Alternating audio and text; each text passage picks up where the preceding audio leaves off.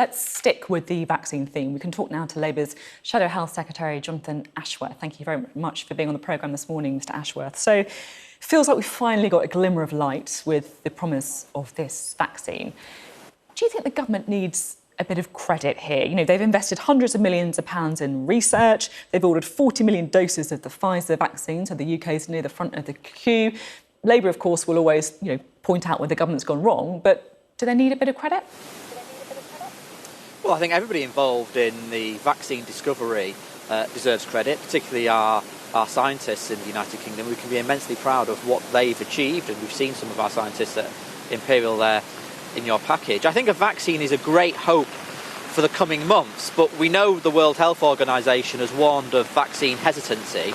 So I think the government needs to do three things, and we want to work with them on a cross-party basis, have strong public health messaging. People will have legitimate questions about the vaccine. Strong public health messaging should allay those fears and should allow people to get the questions, their queries answered. Secondly, mobilise our NHS and our public health infrastructure and resource them properly to get the vaccine out quickly. But thirdly, deal with some of the dangerous, nonsensical anti-vax stuff that we've seen spreading on social media, which erodes trust in the vaccine. We're calling on the government, we're asking the government that we will work with you on a cross-party basis to put in place measures to deal with that anti-vax nonsense that sadly is still available on social media platforms. Now, of course, we're talking about a very serious issue here, but I just need to reference the fact that thank you very much for battling the rain. It looks like pretty torrential conditions where you are. You were talking. As the interview started. You were talking there about dangerous content online, anti-vaccine content, and you, as you say, you've written to the Culture Secretary asking for legislation on that. What exactly are you intending to do here? What kind of penalties? How would that work? Well, I just want to reassure your viewers, this isn't about stamping out the ability of people to ask questions about a vaccine. Look, lots of people are going to have perfectly legitimate queries and questions about how the vaccine would affect them, how it would affect their families, how it would affect you if you've got a chronic condition or if you've got a condition where you have your immunity system is suppressed. Asking questions about the vaccine is entirely legitimate, which is why I just want to really, really push this point. We want to work with the government on a cross-party basis to build public trust in that vaccine. But sadly, if you go on social media today, you can find poison, garbage that is spread, conspiracy theories, suggesting that the vaccine is being developed by big global business people who want to use it to insert microchips into people.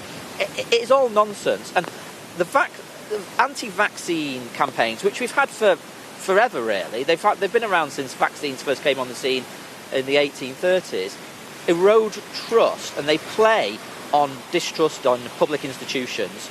So that's why it's important we work on a cross-party basis, but it's also important that the social media platforms take some responsibility. Now, they have taken some action on the voluntary basis, but they've still got a lot further to go. So we're saying to the government, you've talked about an online harms bill, you've talked about holding social media platforms responsible. We will work with you on a cross-party basis to get that legislation on the statute book, because the last thing we want to see is vaccination levels drop, because if this stuff spreads unchecked online. So are we talking about financial, criminal penalties here, and who would be the subject of that? Is it the person who posts the false information, or is it the company, the website that hosts it? I think it would be the platforms, because I think that their business models are based on the sharing of incendiary comment. So they will have mechanisms to deal with this, and they have begun to deal with it. But to be frank, I came on, I looked on this, on my phone just this morning, and you can still find stuff on TikTok and so on. So look, we want to work with the government to find a way of stamping this out. I think it would involve financial penalties. The government have said we'll have an online harms bill. We've been urging the government to bring that bill forward, but I think this is really important now. We know it's been going on for a while. I actually came on your show about 18 months ago to talk about online harm in the context of teenagers harming themselves and sadly in some instances even taking their own lives. So we've known this has been a problem for a while, but given that vaccine uptake is going to be so important in the next few months, I think there is an urgent, even more of an urgency now in getting this fixed. Yeah, I certainly remember the interview about the online harms. You're talking there about the importance of the uptake for a vaccine. Should people be forced to take a vaccine? No, I don't think so.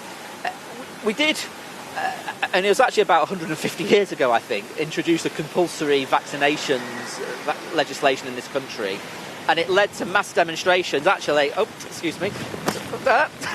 Oh no! And this is. If you need to take the a moment, equipment is falling over. The umbrella is gone. We'll come back to you. This is going to be one of those ones. This will be one of those clips that will go viral, no doubt. The point I was making is, we did actually in the United Kingdom introduce compulsory vaccination legislation in the 1850s, as it happens. I know it was a long time ago, but it just led to mass demonstrations. It led to the Anti-Vaccination League, and our vaccination rates actually fell. So we've always, since then, adopted a voluntary approach in this country, and I think we should continue with the voluntary approach. But that's why it's so important that the political parties work together, that we mobilise civic society to promote the uptake of a vaccine, and that we all have a responsibility to allay people's fears, to deal with people's concerns and answer people's legitimate questions for a vaccine, but don't allow trust to be eroded in the vaccine as well.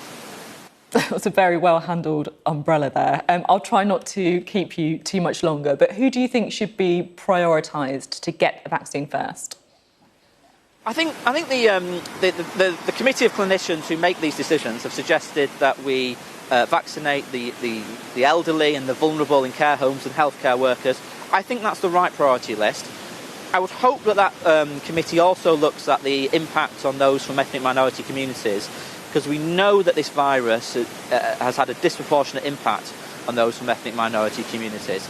But I understand why they've made an age-based set of recommendations, because at the moment we know that this vaccine appears to protect against infection, but we don't know what it does to transmission yet. We don't. I mean, that is still a great unknown, which is why, to come to a question that you put to George Eustace, I suspect we'll probably have to carry on following the social distancing rules for some time into next year. And I think the sooner the government give us clarity on that, the better, because until we know how this vaccine impacts on transmission, some of these rules that we've had in place are probably going to have to continue for a good part of next year as well.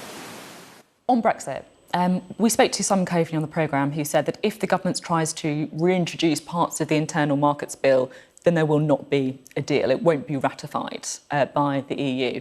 George Eustace came on the programme straight afterwards and says the government is going to try and reinstate parts of the Internal Markets Bill. It also became pretty clear during the interviews that the two sides are still a long way apart on fishing and that the deal could fall apart on fishing.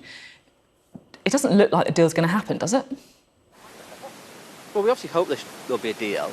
I mean, this is because of the virus, the economy of this country has taken a massive hit. People are desperately worried about their jobs and livelihoods, and we know that getting a good deal with the European Union will be better for people's jobs, will be better for businesses in this country. And I'm sorry to say it, Boris Johnson told us he had an oven-ready deal. I mean, he got a thumping great majority in the general election a year ago on the basis that he would deliver a Brexit deal. So really, he's got to deliver on his promise to the British people and get that deal. OK, I'm going to let you go inside and warm up. I hope you've got a towel and a cup of tea waiting for you. Thank you very much, Jonathan Ashworth there. Thank you.